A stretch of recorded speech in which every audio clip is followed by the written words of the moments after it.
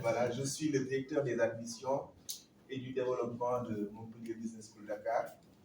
Par ailleurs, j'accompagne beaucoup de sportifs parce que dans le passé, j'avais lancé un MBA en management du sport. Donc les nouveautés pour la deuxième promotion, c'est on va plus axer la formation à la pratique, mais aussi prévoir des visites d'entreprise. Donc actuellement, comme il y a un module de gestion des infrastructures sportives, cette année, nous allons visiter les infrastructures sportives que nous avons, notamment le stade Abdoulaye Wade. Nous avons prévu également de visiter Génération Foot et Diambar, mais aussi Bisport, parce que Bisport est un partenaire de Montpellier Business School Dakar. D'ailleurs, le président de Bisport a fait la formation au même titre que les autres qui sont là. Donc la satisfaction qu'on a aujourd'hui, c'est que beaucoup d'étudiants qui ont fait cette formation ont quand même eu une insertion. Et je pense que c'est une très grande satisfaction. Aujourd'hui, Madiane qui est là travaille au niveau de Keur Madior FC comme secrétaire général. Il y a Ibrahima, je ne sais pas, Ibrahima il n'est pas encore là, Ibrahima Sow, qui a intégré récemment Dakar Sacré-Cœur. Et d'autres, on a des journalistes sportifs tels que Mohamed, que vous voyez au fond. Donc, M. Kanouté Abdoulaye, qui a créé son entreprise. Parce que l'objectif, ce n'est pas seulement d'aller intégrer des structures. On travaille également sur des projets personnels et professionnels pour permettre à d'aucuns, d'aucuns vont bien sûr travailler dans des structures sportives, mais d'autres vont lancer leur propre business dans le sport. Donc je pense que la nouveauté cette année, on va renforcer tout ce qui est entrepreneurship, mais aussi faire plus de visites d'entreprise. Merci. Merci Mamadou.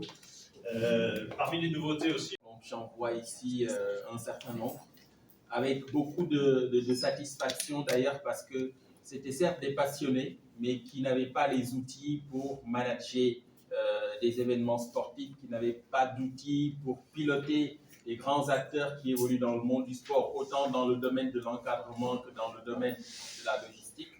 Donc nous avons lancé avec succès cette masterclass l'année passée, avec de très grands intervenants, dont Philippe Doucet lui-même, qui est intervenu dans le module relations presse, relations publiques. Donc cette année-ci, aujourd'hui, nous lançons la deuxième cohorte. Et je pense que depuis la première vague, nous avons quand même réussi à créer un écosystème, un microcosme au niveau de MBS Dakar qui attire beaucoup d'acteurs dans le sport, qui sont relativement satisfaits de ce que nous proposons, et ce qui a quand même permis l'intégration de la majorité, si ce n'est la totalité, des diplômés récipiendaires de la première cohorte dans des structures comme Bisport, comme, comment on appelle ça encore, Génération Foot. Je crois qu'aujourd'hui, Mathiam qui est là, Madiane autant pour moi, je ne sais plus dans quelle structure il travaille. Monsieur Gay pourra en parler plus, lui qui pilote directement donc, cette masterclass en management du sport. Donc cette année-ci, il y aura des innovations, il y aura d'autres intervenants de très haute facture qui vont intégrer le corps professoral.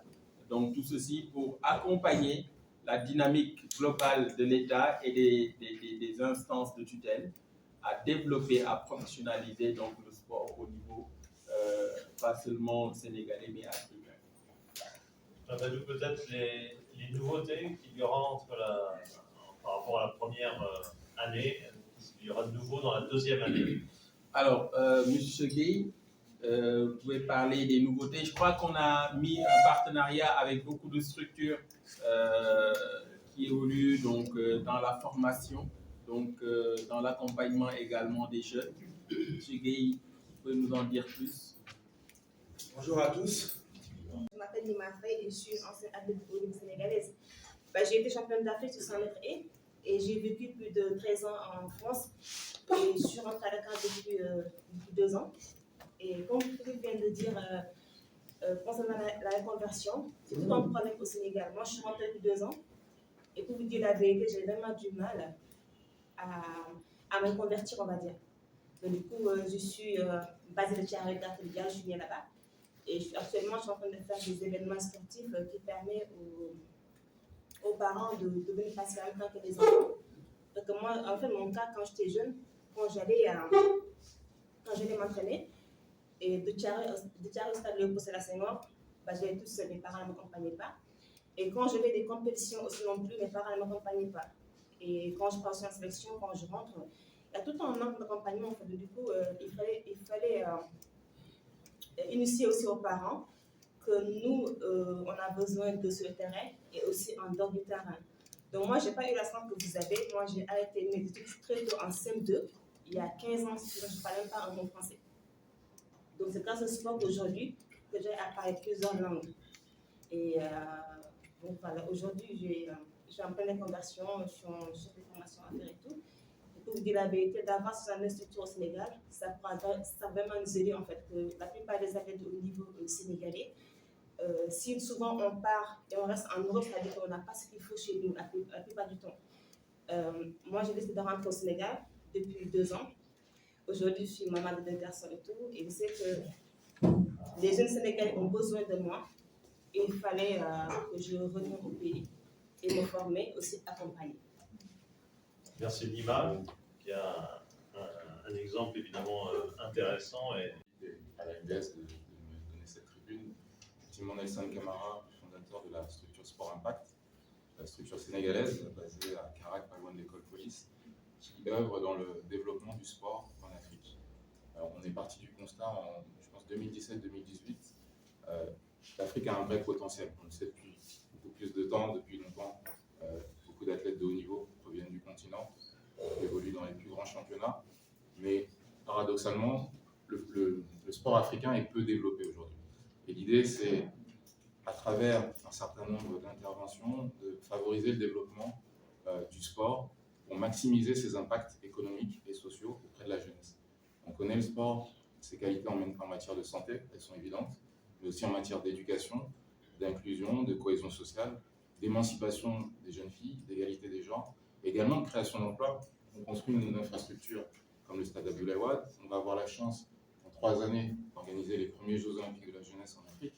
C'est beaucoup d'emplois qui vont être créés, des flux économiques pour le Sénégal, des flux touristiques, des flux d'affaires, et c'est important qu'on participe au développement de cet écosystème.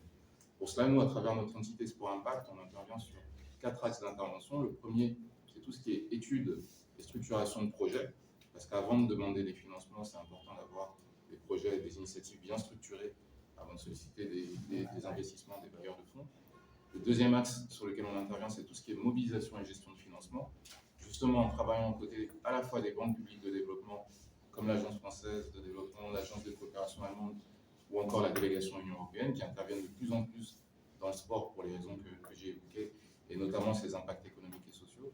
Également aux côtés des organisations sportives internationales et nationales, notamment la FIFA, le CIO, qui interviennent aussi dans des actions de développement par le sport, ou encore des structures privées qui ont des objectifs de développement RSE ou de marketing par le sport. Parce que le sport, c'est un formidable outil aussi pour convaincre, pour attaquer un nouveau marché. On a travaillé notamment avec le groupe Lacoste qui, dans 6 pays, est en train de déployer un programme d'éducation par le tennis et d'insertion professionnelle. Donc des jeunes qui, grâce à la pratique du tennis, apprennent des compétences de vie, les fameuses life skills, soft skills, que le président Martel a insisté là-dessus quand il disait on forme des athlètes, mais on forme avant tout des hommes, et également un programme d'insertion professionnelle, puisque les jeunes intègrent in fine les boutiques du groupe Lacoste dans les différents pays concernés. Troisième axe d'intervention de nos structures, il est important, c'est tout ce qui est renforcement de compétences. On œuvre à financer des projets, mais in fine, pour que ces projets soient le plus efficaces possible, il nous faut des ressources humaines qualifiées, qui ont tous les outils et les bonnes méthodes pour déployer ces initiatives de manière la plus efficace possible. On le voit, il y a des collaborations entre clubs français, clubs africains, notamment ici au Sénégal, beaucoup d'interventions dans le foot, Génération Foot FCMS, Olympique de Marseille, Diambars, Dakar Sacré-Cœur avec l'Olympique Lyonnais, et plein d'autres schémas de ce type. Pourquoi ? Pour qu'il y ait ce transfert de compétences entre entités nationales et entités extérieures, pour faire monter en gamme finalement cet écosystème. sur plein de thématiques. Ça peut être gestion d'un club, ça peut être recherche d'un sponsor, ça peut être gestion maintenance d'une infrastructure, organisation d'un événement sportif, communication digitale, reconversion d'un athlète de haut niveau. Toutes ces thématiques sont extrêmement importantes et c'est clé de renforcer les compétences humaines africaines pour qu'in fine on puisse nous-mêmes porter nos propres projets et contribuer directement au développement de nos pays. Dernier volet d'intervention sur lequel on travaille, c'est tout ce qui est amplification, valorisation. On ne voit plus le sport comme un simple loisir ou une passion pour une Coupe d'Afrique des Nations, une Coupe du Monde ou un championnat d'athlétisme, mais qu'on voit vraiment les vertus du sport en matière de développement économique et social. Et pour cela, on travaille aux côtés d'un certain nombre d'athlètes de haut niveau qui ont tous le point commun d'être engagés. Ils sont soit encore en activité ou reconvertis. Je peux citer Zandi Dilsaganagay ou encore de Souleymane Baye dans la boxe ici au Sénégal, Abigail également, ou encore Hortense Djedjou dans le judo, ou Serge Benson dans le rugby également. C'est des athlètes qui ont envie de give back par rapport à tout ce que le sport leur a apporté. Donc ils nous aident, grâce à leur notoriété, à amplifier des messages auprès de la jeunesse, des communautés locales. Nima a parlé du rapport du sport de ses parents, parfois les parents qui sont un peu réticents à ce que les filles pratiquent du sport. Grâce aux sportifs athlètes de haut niveau qui ont réussi, c'est important aussi de faire passer ces messages-là. En retour, on les accompagne aussi dans le développement de leurs projets, en leur apportant un appui en structuration de business plan, recherche de cofinancement, etc. etc. Également, et j'en termine là, j'ai beaucoup pris la parole, on organise chaque année un événement qu'on appelle le Sport Impact Summit, qui réunit cette année du 31 mai au 2 juin à Dakar les participants de l'écosystème africain, y compris intégrant bailleurs de fonds, délégations ministérielles de plusieurs pays, le ministère des Sports sénégalais sera bien sûr représenté, un certain nombre d'organisations sportives internationales, clubs nationaux, athlètes de haut niveau, structures privées et organisations de la société civile. L'idée, c'est, autour d'un certain nombre de conférences panels, non pas de parler de choses théoriques qu'on a l'habitude de voir pendant un certain nombre de conférences, mais d'aborder des thématiques très concrètes. On va parler notamment de tout ce qui est ville durable, infrastructure sportive. Le stade Abdoulaye Wade, c'est un excellent stade, ultra moderne, norme internationale. Il va être important qu'il le reste sur une longue période et que ce ne soit pas juste pour une Coupe d'Afrique ou pour un match de l'équipe nationale. Donc on va évoquer toutes les pistes pour justement pérenniser ces infrastructures sportives de manière durable. Également, on va parler de tout ce qui est modèle économique des académies sport-études, des centres sport-loisirs. On en a plein ici au Sénégal, ici à Dakar. Donc le Dakar-Sacré-Cœur, c'est un exemple important. On va également parler de tout ce qui est reconversion des athlètes, de tout ce qui est sport, formation, insertion professionnelle. Ce sera important d'évoquer typiquement les formations développées par un institut comme MDS. Et enfin, on va aborder d'autres thématiques sur tout ce qui est sport, développement humain, tout ce qui est organisation de grands événements sportifs en Afrique, comme les prochains Jeux Olympiques de la jeunesse, ou encore un focus sur tout ce qui est sport, médias et broadcasting, parce que le rôle des médias sera également important dans le développement du sport sur le continent. Je m'arrête là. Je pourrais en dire beaucoup plus, mais Sport Impact. Aujourd'hui, le rôle de toutes les parties prenantes de l'écosystème est clé, y compris le rôle des partis publics. Les politiques sont extrêmement importants, ne serait-ce que l'accès du sport pour tous, finalement. C'est comme ça que les athlètes émergent. Si on n'a pas développé le sport de masse, on va passer à côté de talents qui n'auront pas eu cette chance de pratiquer leur passion, que ce soit le foot, le basket, le hand, l'athlétisme ou d'autres sports, parce qu'elles auront toujours tout simplement pas eu accès à des infrastructures pour pratiquer leur sport. Le développement du sport scolaire aussi, extrêmement important. Je pense qu'au Sénégal, on a des performances dans le foot en particulier incroyables. On a tout raflé quasiment au cours de la dernière année. Mais finalement, quand on regarde le développement du sport scolaire au Sénégal, il n'y a pas grand-chose. Si ce n'est dans seulement certaines écoles privées. Mais quand on va dans la majeure partie des écoles publiques, il n'y a pas un seul terrain au sein de l'ensemble de l'école, ou au sein d'un lycée, ou au sein d'une université. Et ça, c'est malheureux parce que c'est ce qui va poser les jalons finalement si on arrive à développer le sport de masse avec des terrains de proximité dans des quartiers un peu dans toutes les régions, hein, pas que sur Dakar. Et je pense que c'est d'ailleurs dans le plan d'action du ministre des Sports sénégalais.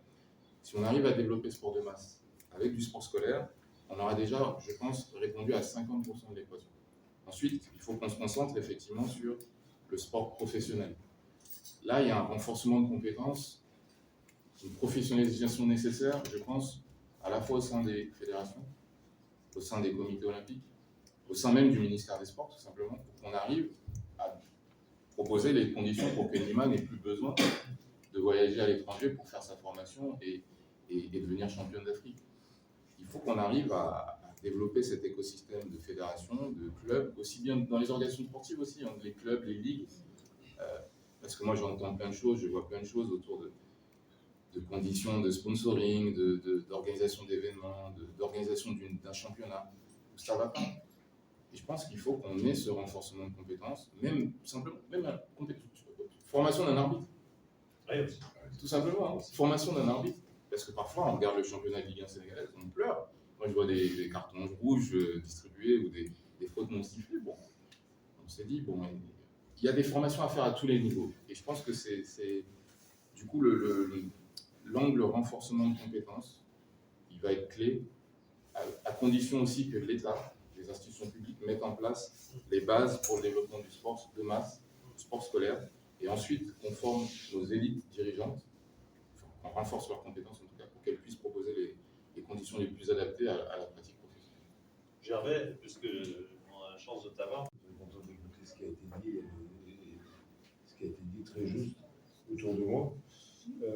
Moi, j'adore le Sénégal, mais je vais vous dire pourquoi. Je suis certainement le président de football en France qui a eu plus de joueurs africains. Pendant la période où j'étais président de Lens, j'y étais 30 ans, donc c'est quand même pas rien. En 2002, Sénégal-France, tu étais pour le Sénégal. Et donc, c'est parce que tu avais tous tes joueurs dans l'équipe. J'étais pour le Sénégal. Et donc en 2002, j'avais 5 joueurs qui jouaient dans l'équipe nationale, avec qui je suis resté en relation, sauf malheureusement Bouba Diop qui est décédé il y a 2 ans où j'étais à son enterrement. Mais donc j'ai beaucoup de plaisir de rencontrer un peu tous les anciens joueurs. Et les anciens joueurs, ce que j'ai toujours dit dans un club de football, c'est les joueurs qui font le club de football. En tête, c'est une manie en France ou je ne sais pas où, on met toujours le nom du président, mais on s'en fout du président. S'il y a une équipe de tocards, entre guillemets, avec lui, on ne parlera jamais du président ni du club. Donc il faut d'abord qu'il y ait des joueurs. Et j'ai eu la chance pendant 30 ans de fréquenter vraiment des joueurs sur tout le continent africain exceptionnels. À commencer par le premier que j'ai eu sénégalais, d'ailleurs c'était Jules Bocondé, que j'ai eu à Lens. Alors ensuite, moi j'avais une école de commerce aussi, j'ai fait pas mal de choses. Et maintenant je m'occupe beaucoup des enfants défavorisés en France. Et je suis en train d'en emmener, c'est pas une petite affaire, 15 000 aux Jeux Olympiques 2024, des enfants qui n'ont rien. Et je les emmène déjà tous les mois voir un spectacle de sport. Il y a une grande réunion d'athlétisme, puisque tu étais là-dedans, à Liévin par exemple en salle, je les emmène. Quand il y a des matchs de rugby l'équipe de France, je les emmène. Des matchs de foot à Lens, à Lille, à Paris, je les emmène. Tous les mois, je les emmène déjà pour découvrir ce qu'est le sport. Là, on va en emmener 15 000. Et ici, je suis en train de discuter avec vos autorités. Je vais proposer d'emmener 300 jeunes Sénégalais qui n'ont rien pour les emmener aux Jeux Olympiques à Paris. En contrepartie, je demanderai que mes enfants, j'allais dire, défavorisés en France, ils puissent venir aux Jeux Olympiques de la jeunesse, évidemment, en 2026. Donc j'ai vraiment une relation avec votre pays qui est formidable. Pour terminer sur ça, j'ai un ami qui a un club en 3e division qui s'appelle Avenir Dakar.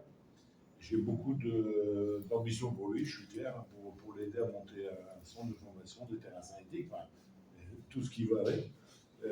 Et donc, je suis assez souvent ici. Je suis vraiment content de tout ce que j'ai entendu parce que vous avez une chance incroyable.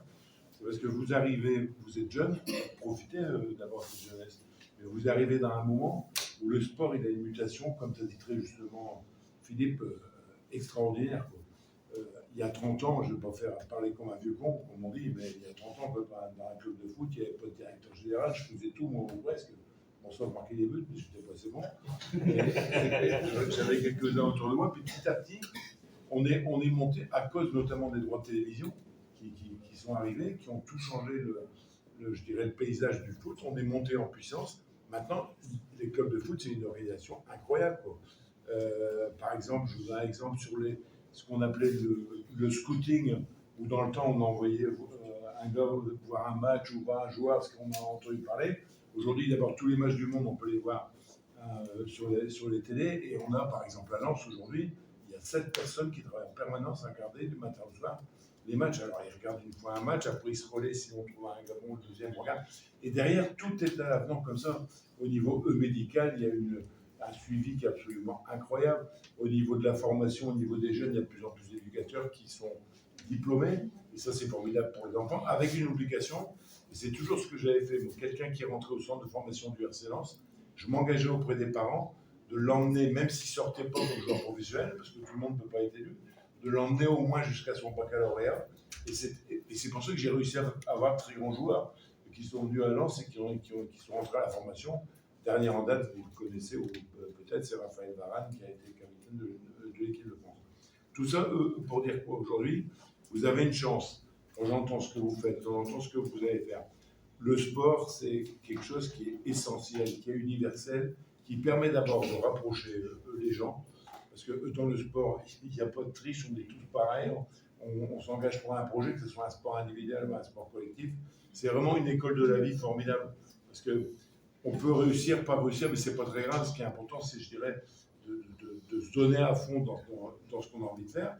Et derrière, vous avez des possibilités, vous, dans les métiers que vous pourrez aborder, soit en étant entrepreneur vous-même, ou soit en rentrant dans des structures.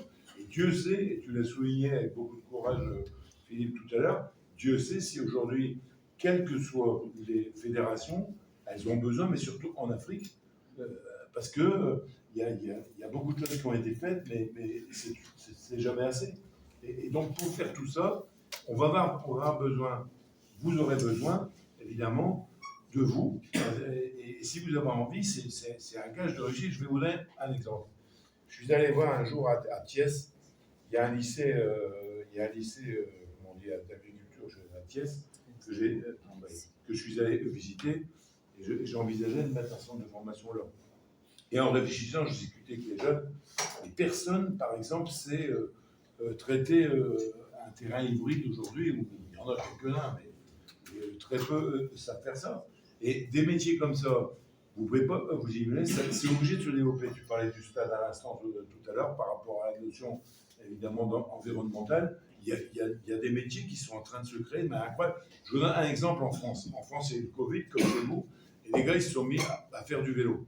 Donc, OK. Il y a eu, tenez-vous bien, 25 000 postes qui ont été créés autour du vélo, pour réparer des vélos, etc. 25 000 postes qui ont été créés. Ça veut dire que quand vous vous engagez dans le domaine du sport, évidemment, il y a l'administratif, il y a le reste, etc. Il faut apprendre. Hein. Mais si vous vous engagez là-dedans, vous avez vraisemblablement beaucoup plus de chances de vous en sortir et de trouver un boulot dans ces filières-là que dans d'autres filières. Je ne critique pas les autres filières. Moi, je parle de ce que je connais bien, c'est le sport, et le sport de haut niveau et le sport de masse. Donc moi, écoute, si un jour tu veux que je vienne apporter la bonne parole, ce sera avec grand plaisir. Je serai, je viens de te le dire, fin mai, sur la grande médecine à Dakar, et je vais certainement ramener avec moi Philippe Piello, le président de la fédération de football, avec qui j'ai parlé de ça il y a une semaine, dont le père était un grand boxeur sénégalais. Et donc, tout ça pour vous dire, pour conclure, parce que après, quand je suis comme toi, quand je prends la parole, je ne peux plus m'arrêter. Les gars, mesdames, messieurs, il faut y croire.